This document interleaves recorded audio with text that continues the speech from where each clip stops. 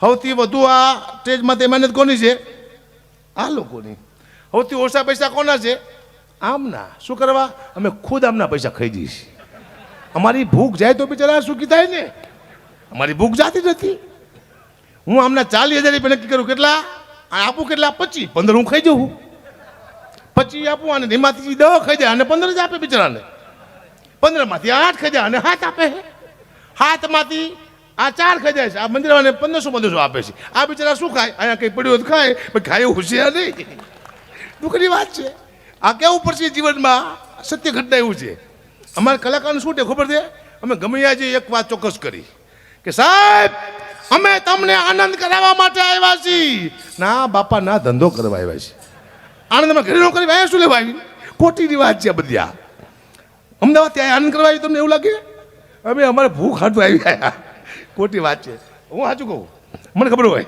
મને હમણાં કોકે કીધું, મને કે ગગુબા તમારો સમય બહુ સારો ચાલે છે, બહુ સારો સમય ચાલે તમારો.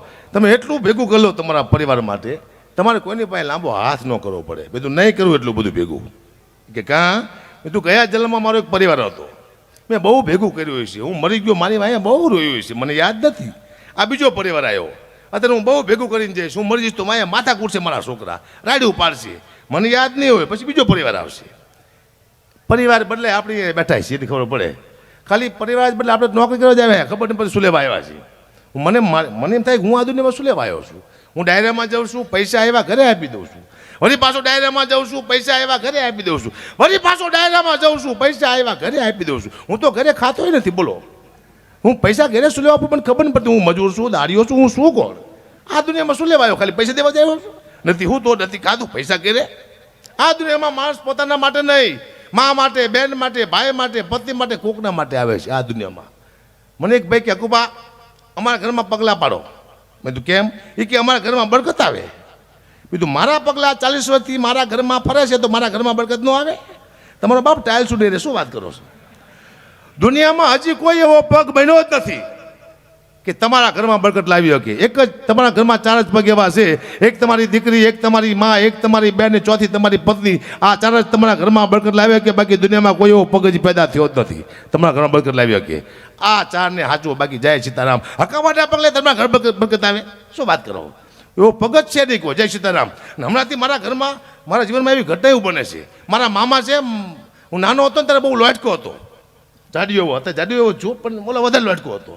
મારા મામા મને એમ કહેતા કે આવ ઝાંખી આવ, મારો ઝાંખી આવ્યો. એટલે હું ખુશ થતો. મારા મામા મને બોડીગાર્ડ કહે છે. હમણે 6 મહિના પહેલાં ગયો તો મારા મામાએ કીધું આવ ઝાંખી આવ, મારો ઝાંખી આવ્યો, મારો ઝાંખી આવ્યો.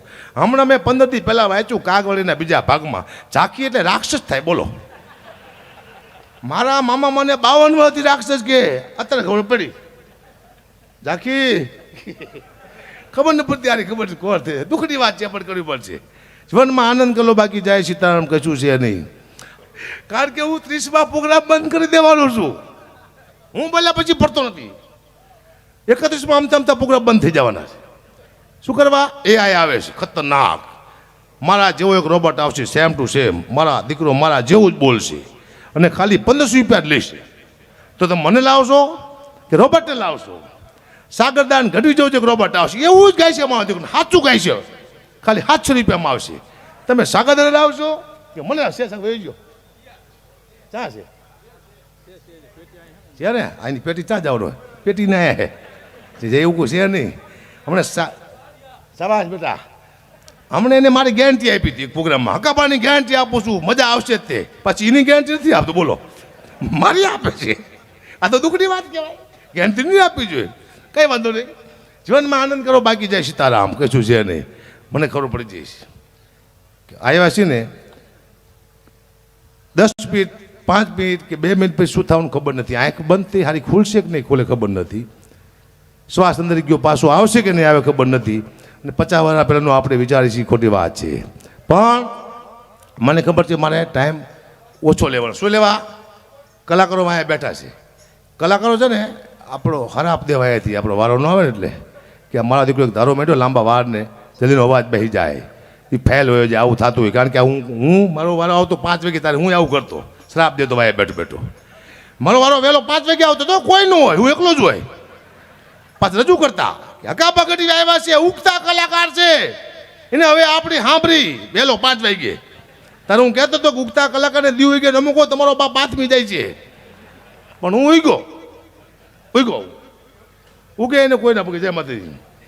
બસ મારા ઝાંખી હે તમારું સારું બોલું બેટા. હું આ તમારા ફેવરમાં છું એટલે સાજીદા મારી નોંધ લઈજો.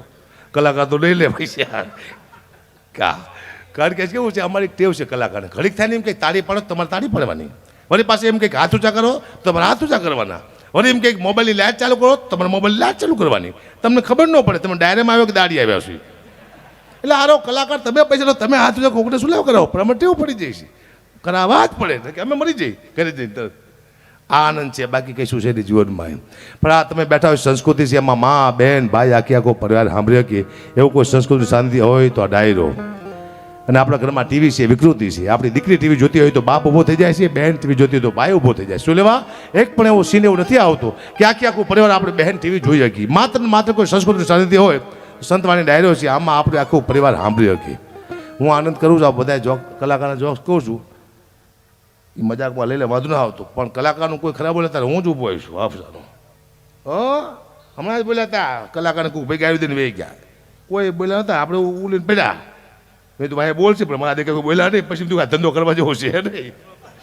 એક વિડીયો નો પડ્યો બોલો હું ઉલીને પડ્યો નહીં લેવા નહીં દેવા. હે જો ડમ્ફરવાળો કહી દઉં ચાલે, હું આ ભૂલી ગયો છું પણ કહી દઈશ. ડમ્ફરનો જોક્સ હરાબજો યાદ હોય તો મને. મેં ડમ્ફર લીધા હતા તાઈને, અત્યારે તો રેતી તારા વેતા પાણી થઈ ગયા છે, એવા અધિકારી આવી જાય પૂરું થઈ જાય છે.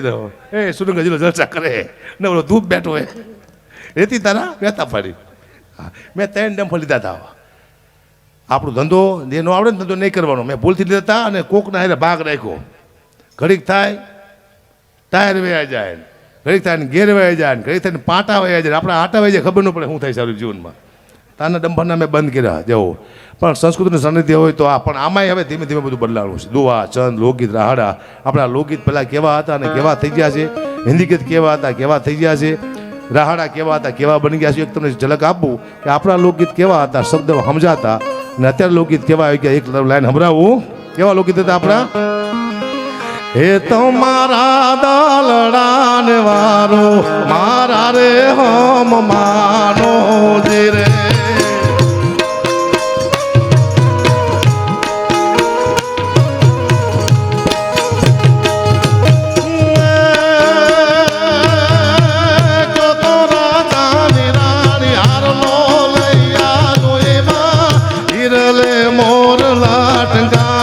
હવે મારા હમ માનો જે રે.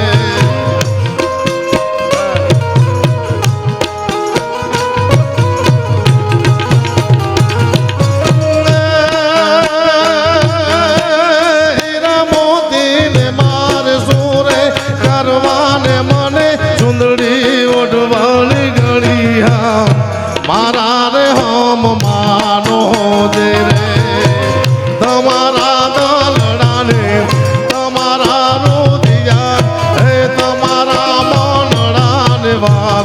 મારા રે હમ માનો જે રે.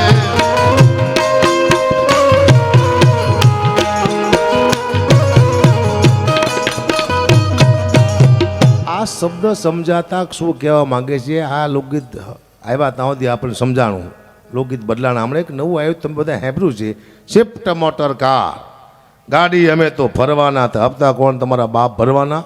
હાલો સીધા પરજો 50 નો હપ્તો આવે ડીઝલ નફો હતા. શું વાત કરો છો ચાલે છે સાહેબ. આપણી દીકરીના નવા નવા લગ્ન થતા નવી હાડી આપણી દીકરી પહેરતી લગ્ન કરીને તો એના લોકગીત બન્યા છે. આપણે ઠીકમાંથી ભૂલી ગયા છીએ.